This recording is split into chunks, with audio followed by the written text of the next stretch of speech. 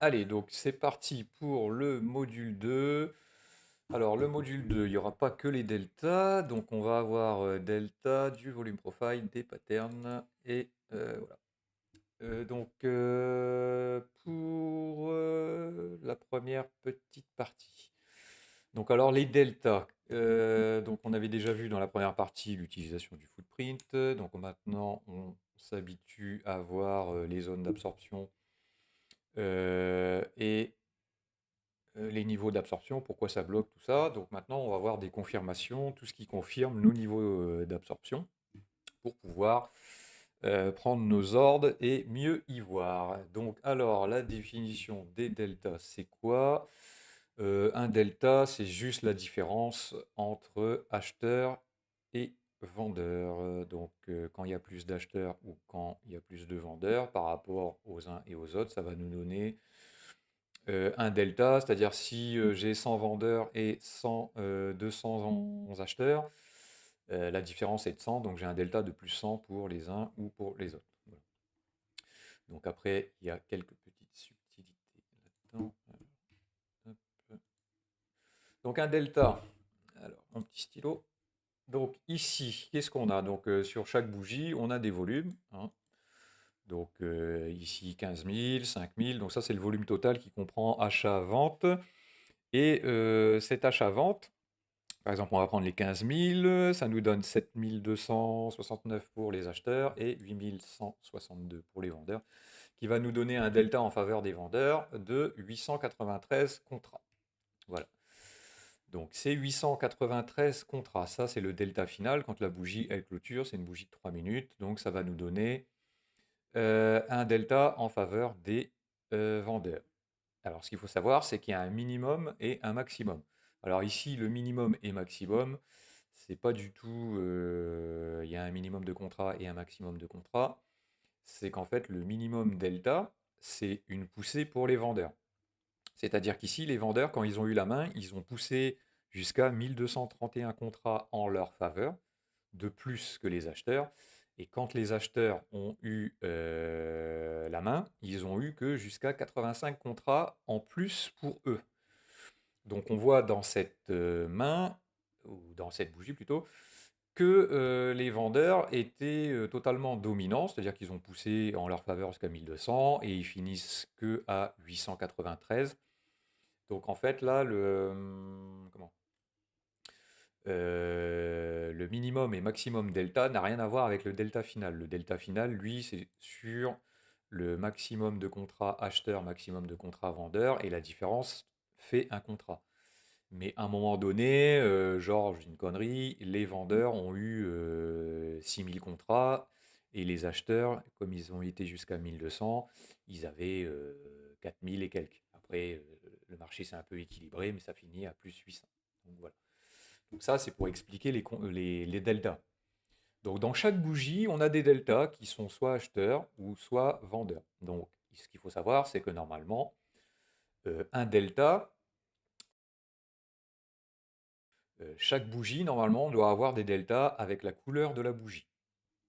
Si on a une bougie rouge, on a des deltas rouges. Et après, l'information qu'on va aller chercher dedans, c'est combien il y a de deltas et jusqu'à combien ils ont été au maximum. Si on a une bougie rouge, on va aller regarder dans les deltas si on a énormément de deltas. Parce que si on a des gros deltas, je dis une connerie, par exemple, on a une bougie qui pousse rouge, on a plus, allez, j'exagère, je mets plus 7000 en faveur des vendeurs, et au final, on finit avec 1500. L'interprétation qu'il faut avoir, c'est que dans cette bougie, on a poussé à 7000, on finit à 1000, on a absorbé 6000, pardon. Ça veut dire que les acheteurs potentiellement sont de retour. Parce que si les vendeurs ont eu la main jusqu'à 7000 et qu'on finit que à 1000, il y a un problème. Donc c'est ça qu'on va voir après dans l'interprétation des deltas, c'est qu'il y a plusieurs interprétations en fait dans tous les deltas. Alors ce qu'il faut savoir, c'est que normalement, les deltas sont toujours de la couleur de la bougie. Là par exemple, on voit une divergence, c'est ce qu'on appelle divergence delta. On a une bougie verte, mais un delta divergent. Mais en général, c'est dans les trois quarts, acheteur, delta bleu, vendeur, ici c'est pas un, delta rouge. Voilà. Donc ça, c'est pour la formation des deltas, comprendre la main maximum. Donc il n'y a pas grand-chose à comprendre, c'est-à-dire que les deltas sont toujours de la couleur de la bougie normalement. Quand c'est pas de la couleur de la bougie, c'est qu'il y a une divergence. Donc on va essayer de comprendre après pourquoi il y a une divergence. Et on a un minimum et un maximum, c'est-à-dire ce qu'ils appellent pour le MZ footprint minimum, maximum delta, mais c'est la poussée, enfin le nombre de contrats maximum que chacun a eu dans cette bougie. Et on va pouvoir aussi interpréter différemment. Donc voilà. Donc ce qui va nous permettre en fait d'observer en fait ici qui prend le contrôle. Le minimum max delta, ça va nous permettre. Donc la formation des deltas, c'est facile, il n'y a rien à comprendre. Mais le minimum maximum delta, ça va nous permettre en fait d'observer qui tente de prendre le contrôle. Si on a beaucoup de rouge et que ça donne rien, on va peut-être pouvoir observer un début d'absorption et de retournement de marché. Voilà, donc corrélation bougie et delta. Alors, corrélation en accord ou divergent, corrélation delta absorption, et on va pouvoir aller observer dans le marché quelques cas de figure. Donc alors, corrélation bougie delta.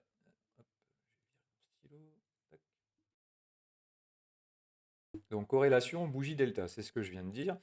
C'est-à-dire que normalement, la bougie doit être en accord avec le delta. Ici, la bougie est en accord. Quand c'est pas en accord, on appelle ça une divergence. C'est-à-dire que là, bon là c'est la fin du marché, donc c'est pas très parlant.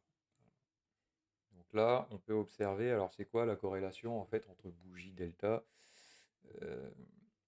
Ici, on peut regarder une main qui pousse jusqu'à 1300, on finit que à 97 et on a des absorptions. Voilà. Ça, c'est typiquement le genre de choses qu'il faut observer. Ici, bon, on est en début de marché, mais on a une bougie rouge avec delta acheteur. Ici, on voit un travail. Acheteur, bougie rouge delta acheteur, donc les acheteurs se présentent. Donc ici, on a une absorption, on a du travail acheteur, ça monte. Ici, on a un retour vendeur. On a une bougie qui pousse à 1300 pour les acheteurs, donc on est dans la continuité de la petite poussée. Mais on a un retour vendeur, des absorptions, une mèche. Là, on a une divergence, c'est-à-dire que sur la bougie d'après, on a une bougie verte et euh, un delta en faveur des vendeurs à moins 500. On finit à 198. On a une poussée de 700. Donc voilà. Ici, on voit les acheteurs début de marché et on voit les vendeurs qui se positionnent ici. Donc ça refait une petite baisse. Là, c'est juste pour expliquer, ça fait une petite baisse, il n'y a pas vraiment de... Mais c'est ce qu'on observe tout le temps dans le marché. Voilà, on observe tout le temps ce genre de choses. Et après...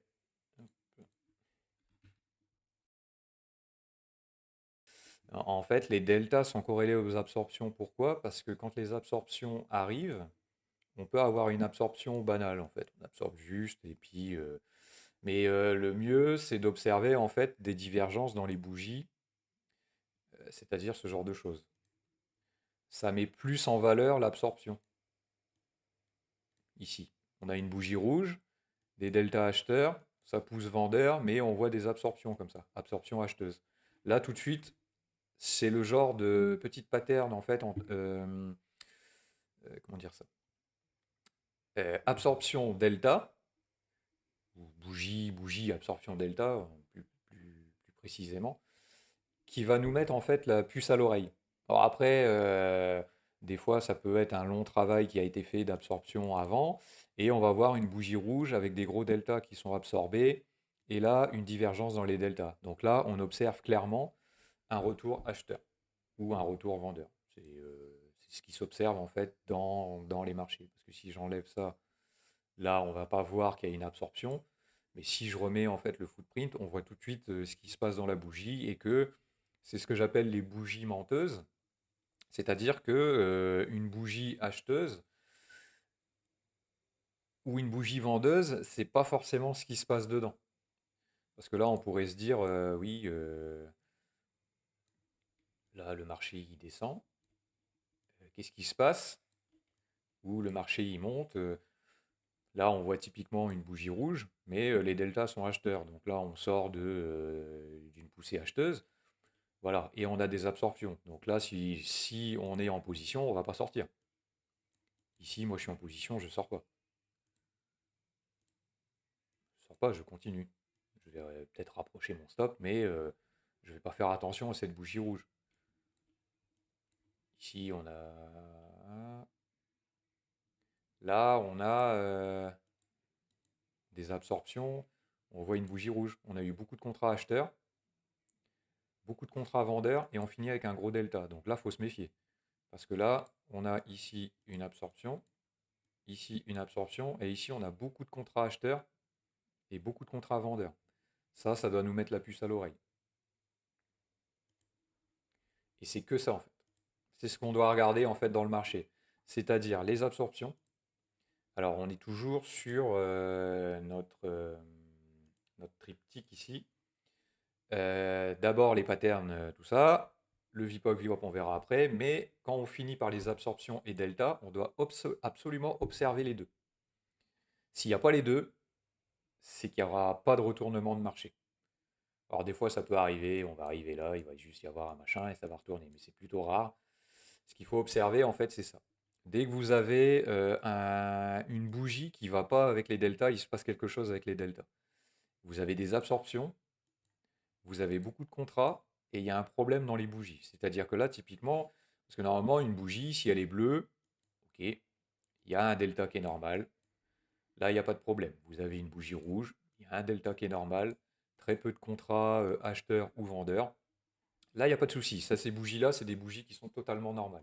Suivant les endroits où ils sont, on ne va pas trop les regarder, c'est pas un problème. Mais par contre, ce genre de bougie qui arrive en fin de mouvement, là, on a un gros mouvement haussier, il faut y faire attention. Parce que là, vous avez des divergences, c'est-à-dire que là, une absorption, ici une deuxième, mais dedans, il y a beaucoup de contrats acheteurs alors que la bougie, elle est rouge. Ça, normalement, c'est pas logique. Il ne doit pas y avoir autant de contrats acheteurs. Ça veut dire que là, il y a une absorption. C'est-à-dire que les vendeurs ont eu la main à 1500 contrats, ici. On voit, hein, déjà, il n'y a plus beaucoup de... Les vendeurs remportent la mise. Mais en plus, dans les 1400, 1009, je vais arriver, 9147 contrats, ils ont eu la main à 1900 en delta, ils ont eu la main et ils ont réussi à rien faire. Ils n'ont pas réussi à prendre le contrôle du marché et à pousser le marché plus haut. Ça, typiquement, cette bougie-là, il faut y faire attention. Cette bougie-là, elle annonce quelque chose. Celle-là, elle vous dit qu'il y a un problème, en fait. Donc après, on regarde. Ici, on revient sur les niveaux acheteurs. Et après, ça descend. Donc là, on est en clôture de marché. Mais bon, on fait ici, bon, c'est le SP. Hein. Mais on fait une cinquantaine de ticks quand même. Voilà. Mais c'est typiquement en fait ces bougies-là en fait qu'il faut rechercher, qui sont en corrélation en fait entre les absorptions et les deltas. Voilà. Donc voilà ce qu'il faut regarder. On va avancer, je pense, et je ferai une vidéo récapitulative sur tous les exemples qu'on trouve. Comme ça, là, je vais faire juste que les explications de base et je posterai une vidéo en fait avec toutes les explications pour aller chercher exactement toutes les informations qu'il faut et les différents types qu'on peut trouver de bougies en corrélation avec Delta. Parce que sinon là je vais chercher, je vais perdre mon temps, ça sert à rien. Donc du coup, on va aller voir. Donc ça, alors c'est pour résumer. Donc les deltas, il n'y a pas grand-chose à savoir. C'est juste que on a des deltas qui doivent être en corrélation avec la couleur des bougies. Et quand il n'y en a pas, ça veut dire qu'il y a une divergence. Et quand il y a une divergence, que ce soit dans les deltas, on va commencer à regarder le minimum et maximum delta. Et si ces informations-là, par rapport à l'endroit où on est et ce qui s'est passé avant dans le marché, si ce qu'on voit, c'est bien en rapport avec une zone d'absorption où les vendeurs se sont positionnés ou qu'est-ce qui se passe. Donc pour ça, on va avoir besoin d'autres choses. Donc là, tout ça, ça va être mis, tous les niveaux d'absorption et de delta vont être mis en corrélation avec tout ce qui va se passer maintenant, c'est-à-dire le volume profile et plus précisément en fait le VPOC, VWAP et ensuite les patterns qui eux vont nous ramener en fait à la première section ici, c'est-à-dire que tout le sens. Pourquoi j'ai commencé par tout ce qui est absorption delta? Parce que c'est plus facile de le comprendre comme ça, de l'expliquer en sens inverse pour comprendre en fait le sens du trading. Voilà. On commence en fait par la petite bête parce que la grosse en fait c'est facile, il n'y a quasiment rien à comprendre. Donc on va chercher en fait le plus petit pour retourner au plus grand, pour comprendre le plus grand pour arriver au plus petit. Voilà, pour comprendre en fait pourquoi les zones d'absorption plus les deltas, en fait, on le fait en dernier. Mais je l'explique en premier parce que c'est plus facile à comprendre. Donc là, on va passer au volume profile parce qu'il y a quasiment rien à expliquer en fait. Donc c'est quoi le volume profile? Le volume profile, en fait, c'est... alors on peut avoir différents types de volume profile, soit qui sont composites sur les côtés, ou soit on peut les mettre... alors moi j'ai ça, un volume profile, ou on peut les mettre directement sur le graphique comme ça pour voir en fait sur le graphique. Alors à quoi sert un volume profile? C'est la même chose que quand on a les volumes en bas, on a une zone de volume, par exemple ici on a que des acheteurs, ici ça repart vendeur. C'est la même chose ici, ça va nous montrer des pics de volume et des creux de volume. C'est-à-dire des zones qui sont concentrées en volume et des zones où il n'y en a pas. Alors les zones où il n'y a pas, c'est des zones de réjection en général. Les zones de volume peuvent être des zones de réjection aussi. Mais en général, le marché, il fait du volume ici. C'est-à-dire là, les acheteurs et les vendeurs s'échangent les prix. Et après, quand ils en ont marre, ils s'en vont. Ils vont chercher une autre zone de prix qui va former un pic volume. Nous, ce qui va nous intéresser, c'est-à-dire que le volume profile, il y a plein de choses à expliquer, mais la seule chose de vraiment, comment dire ça, important à comprendre, c'est le pic volume et le creux de volume. Le pic volume, c'est la zone où on va s'échanger les contrats, où on va pouvoir trouver énormément d'imbalance, d'absorption de ce que vous voulez. Et dans ces zones de pic volume, ce qui va être intéressant, c'est de voir qui prend le contrôle. Et c'est à ce moment-là que nous, on va aller regarder dans les absorptions et les deltas pour savoir qui prend vraiment le contrôle, pour pouvoir savoir quand est-ce qu'ils vont sortir et aller faire ce qu'on appelle une impulsion. Parce que les impulsions, c'est ce qui rapporte le plus dans le marché. C'est-à-dire que là, une fois que vous avez trouvé votre zone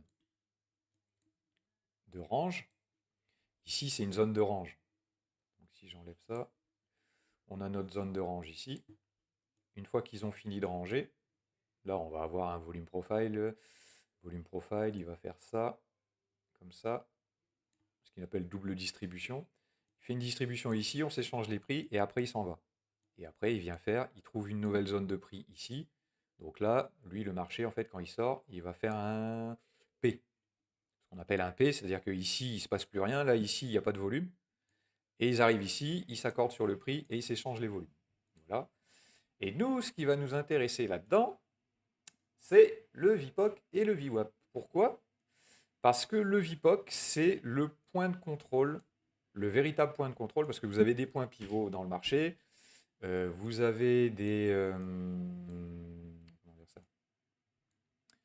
Enfin, des points pivots avec des supports 1 et des targets 1, target 2, ce que vous voulez.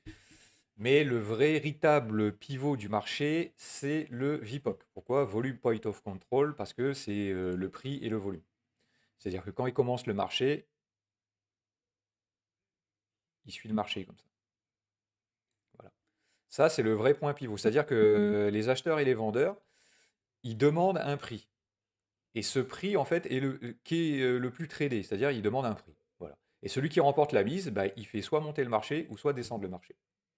C'est comme ça. Celui qui remporte la mise, et celui qui remporte la mise, c'est ce qu'on voit par rapport au delta. C'est-à-dire celui qui met 1000 delta en plus en sa faveur, eh ben, il va faire décaler le marché. C'est eux qui remportent la mise. Si les vendeurs remportent la mise, ici, ça décale le marché.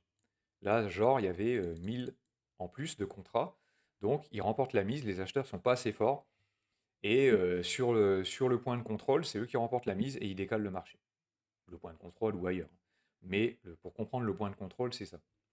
Le point de contrôle, en fait, c'est la zone où les acheteurs et les vendeurs ils s'échangent les prix, et celui qui remporte la mise, il va réussir à décaler le marché. Et le principe du point de contrôle, c'est que dans la zone où ils s'échangent les prix, celui qui remporte la mise, il décale le marché jusqu'à temps qu'ils s'accordent à s'échanger les prix sur une nouvelle zone de prix. Le point de contrôle, c'est ça, le VPOC, c'est ça.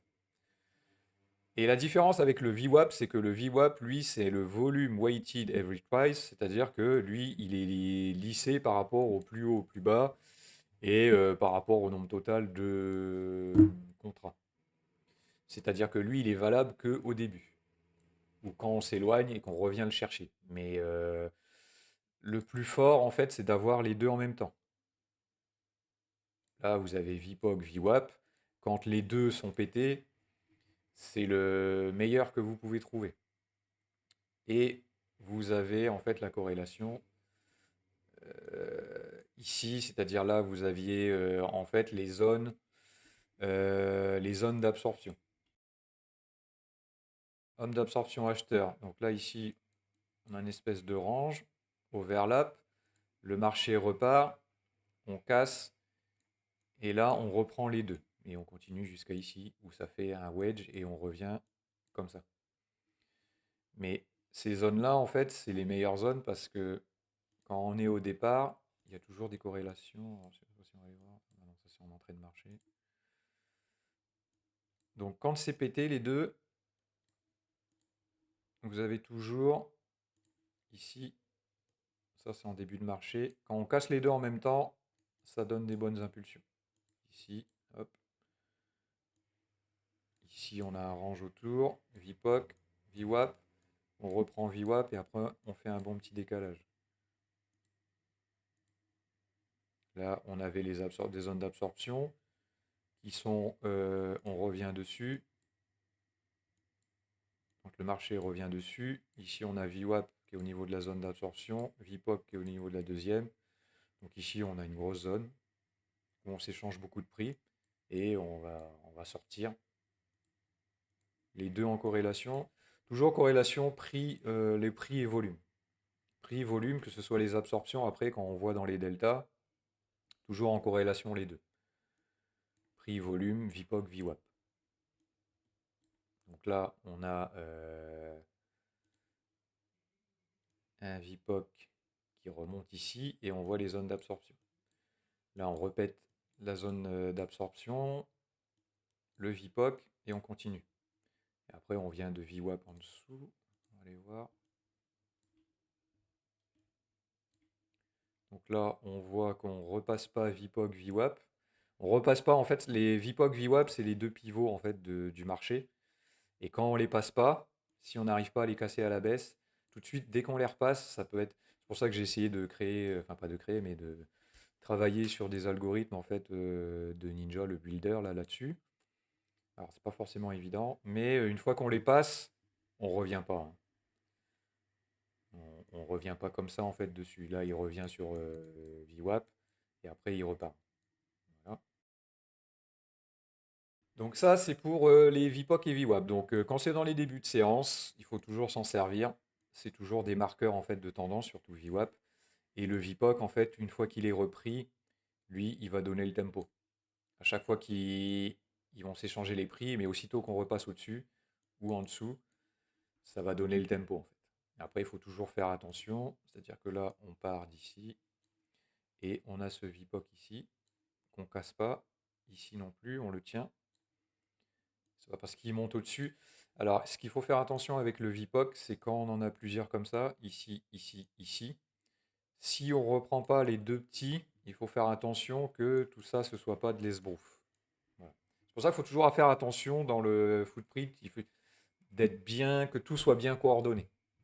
Que ce soit entre VPOC, VWAP, les absorptions, ce qu'on peut lire dans les deltas, il faut que tout soit bien coordonné et que on lise bien les bonnes choses. Et une fois que ça casse, que tout a été bien coordonné, que les absorptions sont bien coordonnées avec les divergences delta, qu'on est en train de tout faire pour repasser, que tout est bien fait en fait pour reprendre VPOC, VWAP si on est dans le coin, si on est déjà plus loin, c'est pas grave.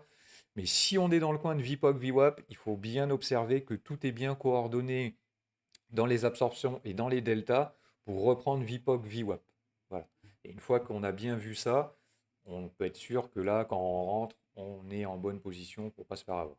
Voilà, on a tout le maximum en fait du pourcentage de chance que ce soit de notre côté.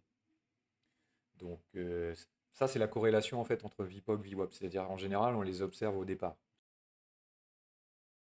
Ok, alors donc je disais que faut toujours mettre en corrélation tout en même temps.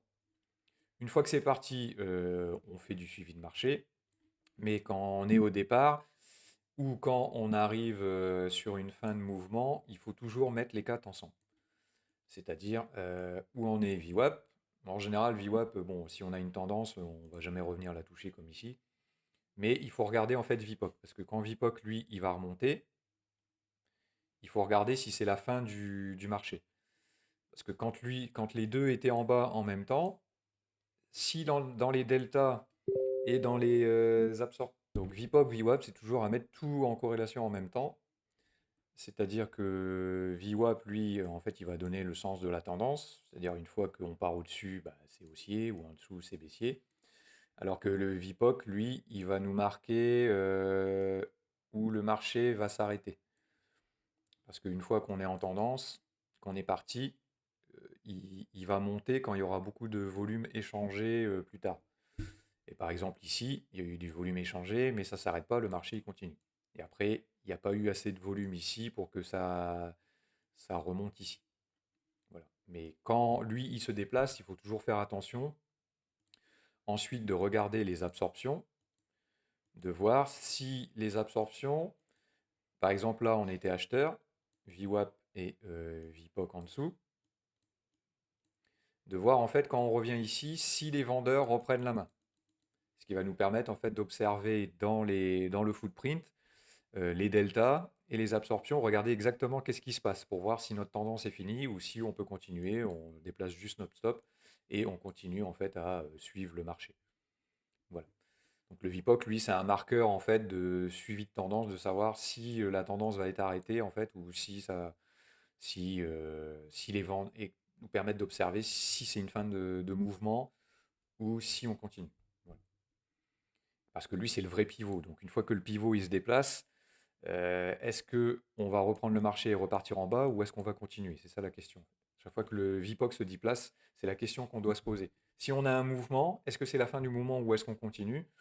Ou si c'est juste au début du marché, qui prend la main et pourquoi ça se déplace?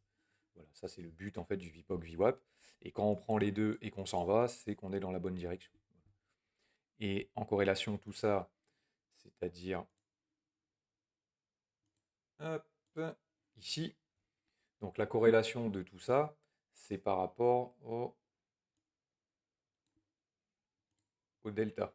C'est-à-dire, est-ce que les deltas et les absorptions font que, en fait, quand on a dans le volume profile, c'est-à-dire dans le pic volume, quand on a le VPOC avec le VWAP qui sont dedans, est-ce que les acheteurs et les vendeurs reprennent la main dedans? Voilà, ça nous sert à ça en fait, à savoir qui reprend vraiment la main, à savoir qu'est-ce qu'ils font, où ils en sont. Voilà. Et donc, euh,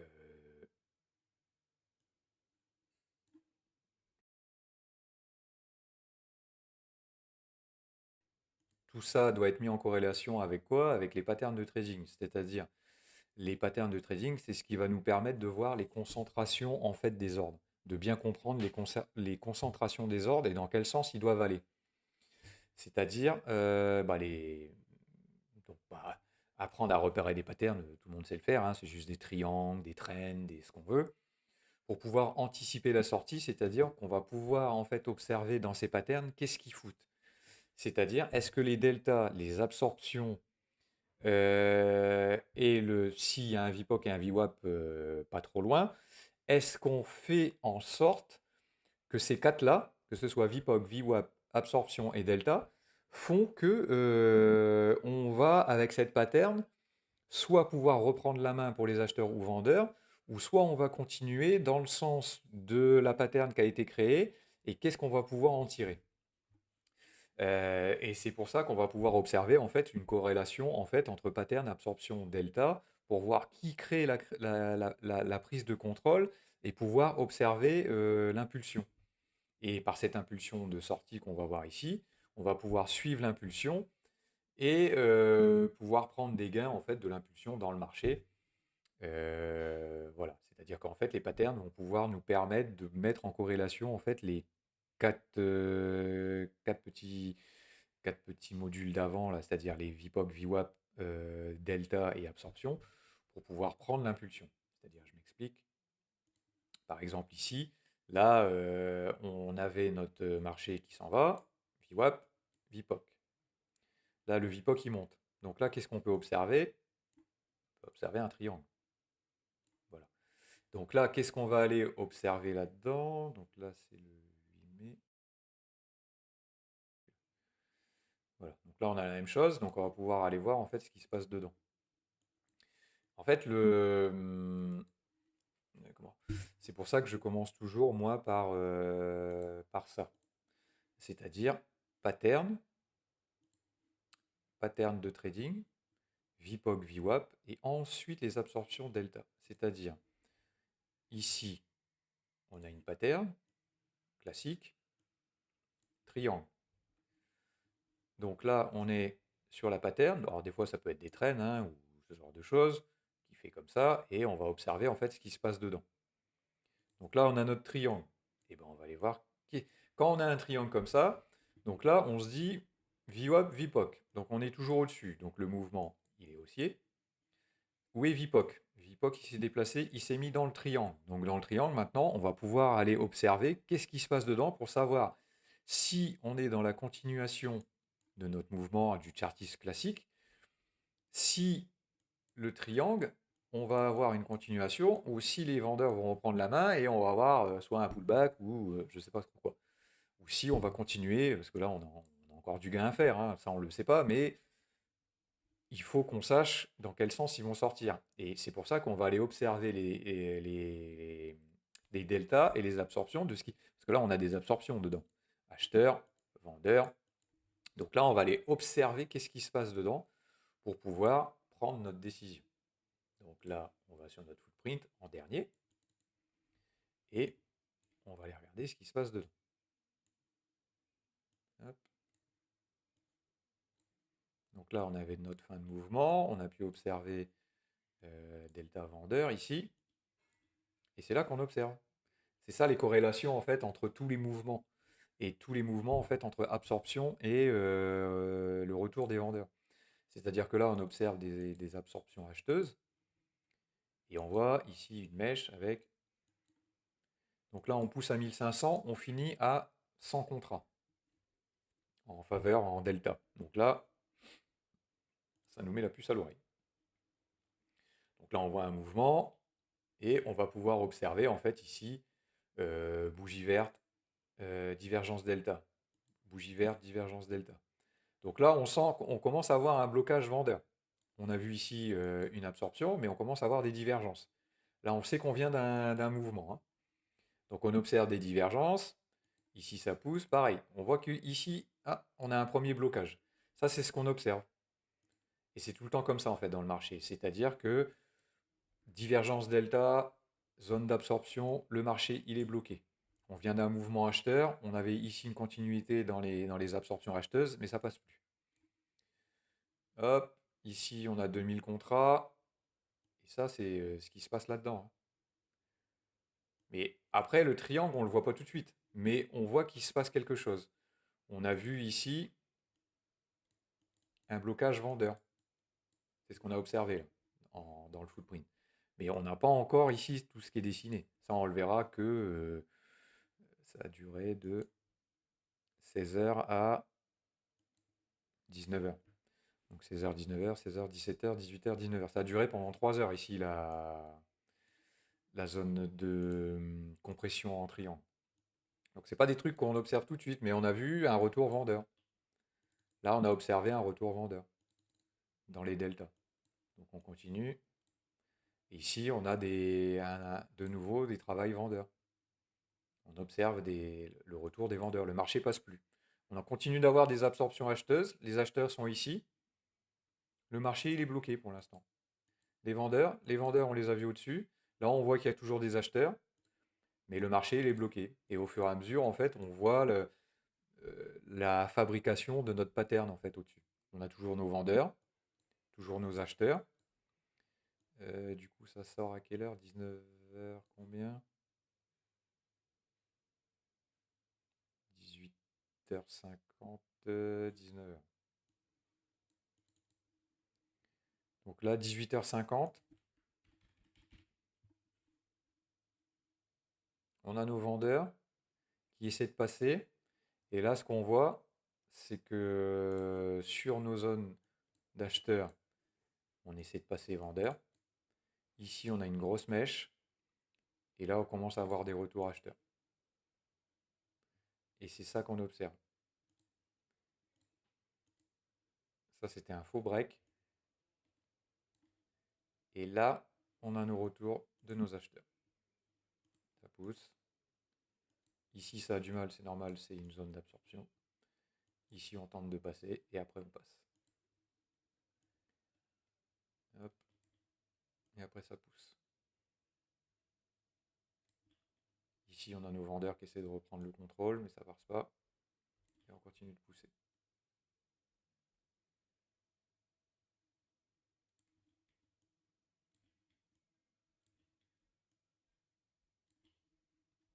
Et là, on n'a que du rouge.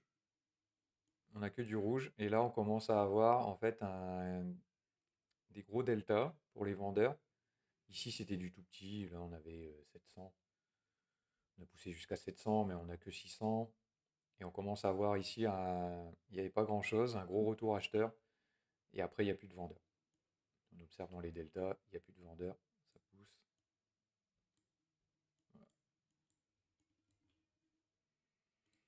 Et c'est ça, en fait, la corrélation, en fait, qu'il y a, la synergie qu'il y a entre les absorptions et les deltas avec les patterns. C'est pour ça qu'on commence toujours par les patterns et les trends. Ensuite, VPOC, VWAP. Et en dernier, les absorptions et les deltas qui, eux, ils vont nous dire exactement qu'est-ce qui se passe et qui prend le contrôle. Est-ce qu'on continue ou est-ce qu'on s'arrête? Voilà, tout simplement. Il n'y a pas grand-chose à savoir. C'est juste qu'en fait, dans les bougies, il faut observer les deltas par rapport au niveau où c'est qu'on est. Qui prend vraiment le contrôle, les divergences dans les bougies. Alors toutes les bougies ne sont pas regardées. Il ne faut pas passer son temps à regarder une bougie, qu'est-ce qui se passe dans la bougie. Hein. Si vous voyez une bougie normale, c'est bon, on ne va pas y passer la nuit. Vous regardez juste le delta, hop, ok, c'est bon. Là, ici, c'est pareil, delta normal, on passe. Là, ce qui est bien à regarder, c'est ici. On a ici absorption. Et là, on voit, on passe. On repasse par-dessus, on prend appui. Ça, c'est des choses classiques. Hein. C'est-à-dire, on a une zone d'absorption vendeuse. Donc, les vendeurs sont ici. Donc, bah, les acheteurs, ils continuent. Ils n'arrivent pas à passer. On passe au-dessus. On revient prendre appui dessus et on s'en va. Ça, c'est du classique. Hein. C'est comme du chartiste normal. Vous avez votre zone. Une fois qu'on l'a pété, on revient faire un pullback et on se casse. Et ça, en fait, dans le footprint, il ne faut pas regarder tous ces chiffres-là, 200, machin, parce qu'une fois que ça part, oui, voilà. C'est pas le plus important. Le plus important, c'est de voir quand on a des zones d'absorption, est-ce qu'ils font le nécessaire pour pouvoir péter cette zone? Pour pouvoir péter cette zone, si ils essayent de passer, on va avoir une bougie verte avec des deltas rouges. Pourquoi? Parce qu'ils essayent de passer la zone, mais c'est les vendeurs en fait qui les bloquent. Donc on voit énormément, en fait, les acheteurs absorbent, enfin c'est pas qu'ils absorbent, ils prennent tous les contrats vendeurs pour pouvoir passer. Mais si ça passe pas, ça veut dire que il y a un problème dans les... Hmm, parce que dans les deltas, il y a deux trucs. C'est-à-dire, vous pouvez avoir des deltas qui sont rouges, ici, vendeurs, mais avec une bougie verte. Mais suivant l'endroit où ça arrive, si c'est dans une montée, Si la bougie est verte avec des deltas rouges, ça veut dire qu'ils essayent de passer. Ils essayent de passer. Si vous voyez que ça pousse, c'est soit ils essayent de passer, ou soit c'est les vendeurs qui les bloquent. Vous avez deux solutions. Là, si vous avez une bougie verte avec des deltas rouges, c'est soit ils essayent de passer, et on va péter, ça se voit, ou soit si vous voyez et ça passe pas, donc là ils se font absorber. Vous avez un gros niveau. Mais en général, si les acheteurs en fait poussent, ça bloque, mais ça se voit hein, quand le niveau il tient pas, hein. Ça se voit tout de suite. Ça se voit qu'il va pas tenir en fait. Il n'y a pas assez comment ça s'appelle? Dans la manière de faire en fait, ça se voit qu'ils tiendront pas en fait. Ils font pas ce qu'il faut pour bloquer le niveau. Là, il n'y a pas assez. Il y a juste quoi, une, deux, trois. Il n'y a rien. Si vous voulez un niveau qui bloque, il faut faire voilà, des lignes comme ça. Là, vous avez un niveau qui bloque. Pourquoi? Parce que vous avez des lignes d'absorption sur plusieurs niveaux. Je dirais même ici. Là, les vendeurs sont sur plusieurs niveaux. On va dire 37, 35. Ici. Ici, vous avez les deltas sur les côtés, hein. Donc, vous avez les vendeurs qui sont ici. Donc, il faut mettre beaucoup de contrats pour les passer. Et si vous n'avez pas beaucoup de contrats, il va falloir revenir dedans pour manger petit à petit. Et souvent, quand on n'y arrive pas, ça s'épuise et on retourne en bas. C'est souvent comme ça en fait. C'est-à-dire que des niveaux, en fait, quand ils sont blindés de vendeurs ou la même chose, acheteurs en dessous, c'est très difficile à passer parce qu'il faut grignoter. Et si quelqu'un y remet des contrats, bah, vous n'arrivez pas parce que quand vous mettez des contrats, c'est pas suivi, personne vous suit en fait. Et vous voyez dans les deltas en fait que personne vous suit. Ça ne suit pas en fait. Ça va être genre en fait, vous avez 700 en delta, mais ça ne suit pas. Vous n'arrivez pas vos 700 contrats en fait en delta, ils suffisent pas pour passer le niveau. Et vous les voyez, ils passent pas. Ça passe pas. Là ici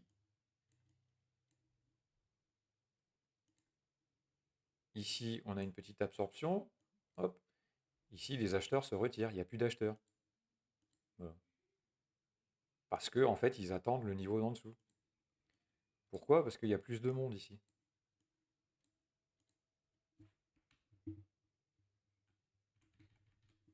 Ici, il y a plus de monde. Pourquoi? Parce qu'ils sont là.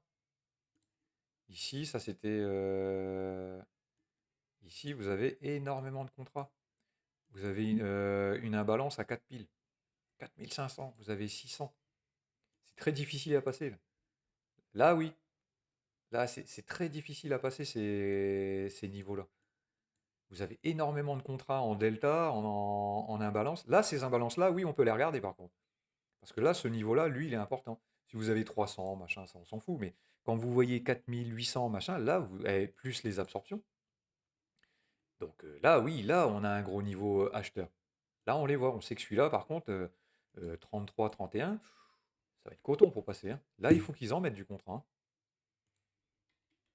Donc il faut du pognon. Et c'est ce qu'on voit après. Le marché, quand il redescend dessus, ça passe pas. Ici, il passe pas. 33, ouais. 33 jusqu'à ici, là. Là, ici, vous avez un acheteur, je sais pas qui c'est, mais c'est du gros. Et après, bah, ça propulse le marché, quoi. Donc c'est ça, en fait, la corrélation en fait, entre les absorptions, les zones d'absorption et les deltas. Quand vous arrivez d'une zone d'absorption, les deltas doivent ils doivent aller dans le sens des vendeurs. Si ça ne va pas dans le sens, c'est qu'il y a un problème. Vous pouvez en mettre tant que vous voulez. Si avant, par exemple ici, avant, on a vu avant, il y avait 4000, ça fera rien en fait. Et c'est tout ça qui doit être mis en corrélation par rapport à une pattern, à un sens de trading, à une zone bloquée acheteur-vendeur, à un trendline, à ce que vous voulez, à un wedge, à un canal, ou n'importe quoi. À partir du moment où vous voyez un canal, si ça bloque ici vendeur, il faut regarder en fait s'ils ont vraiment mis ce qu'il fallait pour bloquer le niveau. Et si les acheteurs font ce qu'il faut pour repéter le niveau.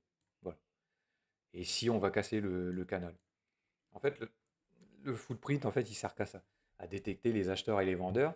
Et avec les deltas, regardez ce qui prend vraiment le contrôle et s'ils font ce qu'il faut par rapport à des niveaux ou des patterns de dessinée, de savoir qui prend vraiment le contrôle et s'ils font ce qu'il faut pour prendre la main.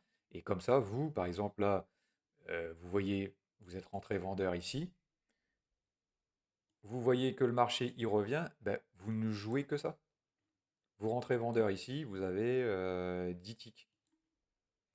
Et le footprint, en fait, il sert à ça. Une fois que vous avez compris les corrélations entre les deltas, les zones d'absorption et les différentes patterns et les endroits où les acheteurs et les vendeurs ils se foutent, vous savez exactement ce qu'ils font et vous savez si ils ont fait ce qu'il fallait pour bloquer le niveau ou pas. Et ce qui permet en fait d'optimiser en fait son trade. C'est-à-dire que si vous êtes rentré en bas, vous aviez VPOC, VWAP, vous rentrez dans le marché. Si vous avez une pattern de dessinée, vous savez ce qu'ils font dedans, vous savez si vous pouvez encore prendre du gain ou pas, ou sortir. Voilà. Et c'est tout ça, tout le footprint en fait est basé euh, pour aider tout le monde en fait à optimiser ses entrées et ses sorties. Parce que quand vous avez une zone d'acheteurs ici, s'ils partent, elle n'est pas faite pour être pétée. S'ils partent, c'est voilà, ils ont gagné, donc ça va monter. Donc si ça monte, la question c'est jusqu'où ça monte. Et c'est là où on doit revoir les vendeurs et observer si les vendeurs font ce qu'il faut pour reprendre la main. S'ils font pas ce qu'il faut, c'est que les acheteurs sont toujours en contrôle et on va aller plus loin. Et quand vous avez des zones, parce que ça après c'est facile, au départ, open de marché c'est toujours pareil. Il y a des vendeurs, il y a des acheteurs, qui prend le contrôle. Si c'est les acheteurs, ça part. Ça part, ok. Si c'est les vendeurs, ça part. Mais est-ce qu'ils ont fait quelque chose au départ pour qu'on voit en fait dans les absorptions qui prend, dans les deltas, qui fait quoi? Et une fois que vous avez répondu à cette question, vous observez les absorptions plus les deltas, vous savez qui va prendre la main. Et une fois que vous avez vu ça, vous rentrez dans le marché, vous savez où vous sortez. C'est tout. Voilà. Donc ça, c'est pour tout ce qui est corrélation et à mettre en corrélation tout ce qui est pattern de trading, VPOC, VWAP pour comprendre en fait dans quel sens VWAP va vous donner en fait le sens du marché et VPOC va vous donner les niveaux où on continue et où on s'arrête. Parce que comme c'est le vrai pivot du marché, il va vous dire ici on s'échange les prix entre acheteurs et vendeurs et là il faut faire attention. Est-ce qu'ils font ce qu'il faut par rapport ensuite aux absorptions et aux deltas pour continuer ou reprendre le marché dans l'autre sens pour un retournement de marché. Voilà, tout simplement. Donc dans le footprint, moi je dis tout le temps, il n'y a pas grand-chose à savoir. Moi je travaille sur les impulsions, donc les patterns et les trends, tout ça, vont me donner en fait des impulsions. Et pour pouvoir prendre ces impulsions, je regarde en fait ce qu'ils font VPOC, VWAP, qui prend vraiment le contrôle dans les absorptions avec les deltas. Et une fois que ça part, à ce moment-là, je peux gérer et dans ma lecture avec ce qui se passe dans le footprint, je sais exactement où ils vont, qu'est-ce qu'ils font et s'ils sortent ou s'ils continuent. Voilà, tout simplement. Donc ça, c'est pour les patterns. Et donc le module 4 maîtrisé, ça, je mettrai tout un tas d'exemples exactement de ce qu'il faut regarder. Donc ça, je verrai ça la prochaine fois. Il n'y aura pas besoin d'un webinaire pour ça. Je ferai une vidéo pour chaque exemple en fait, de ce qu'il faut regarder